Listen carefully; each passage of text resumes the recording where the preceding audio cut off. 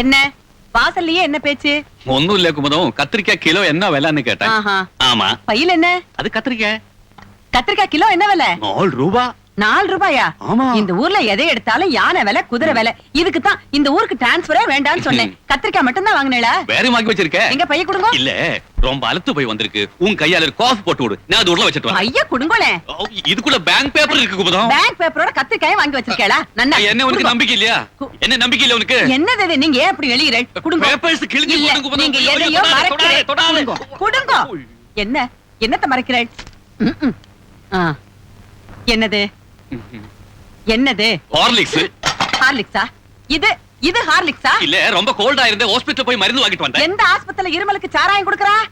உங்களுக்கு வெக்கமா இல்ல? இந்த குடிப்பழக்கம்னா உங்களை கெடுத்து குட்டிச்சவராக்குறது.